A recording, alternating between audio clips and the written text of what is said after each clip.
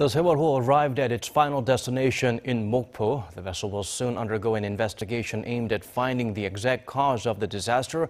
Also being planned, the search for the remains of the victims that are still unaccounted for. Kim Min-ji updates us on the process. The ill-fated Sewol-ho ferry arrived at its final destination of Mokpo New Port on Friday afternoon.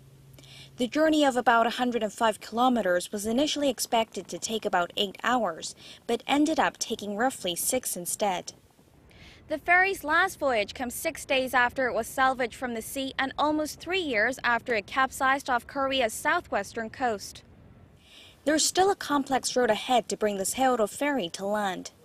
Over the next few days, seawater and oil will be drained from the vessel, and the ferry will be detached from the semi-submersible. Next, a modular transporter will be used to get the vessel onto land, which will take about a day.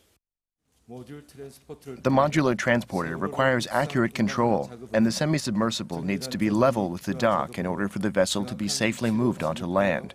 The Oceans Ministry will put utmost priority on safety, even if it takes some time. All in all, officials are aiming to bring the vessel to land by next Thursday, April 6th, provided the weather remains favorable and there are no problems with the equipment. After that, the vessel will be disinfected and fumigated, a process that's expected to take about a week. Only then will the search for the 9 missing bodies begin, along with an investigation into the exact cause of the sinking. The disaster left 304 people dead, most of them high school students, when the ferry capsized in April 2014. The Oceans Minister made a visit to Mokpo New Port on Friday, offering words of consolation for the relatives of the missing. We will do our best until the last missing passenger is returned to their family, so all the hard work so far is not in vain.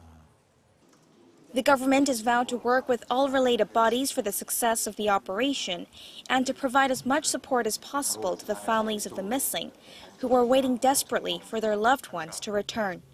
Kim Min-ji, Arirang News, Mokpo.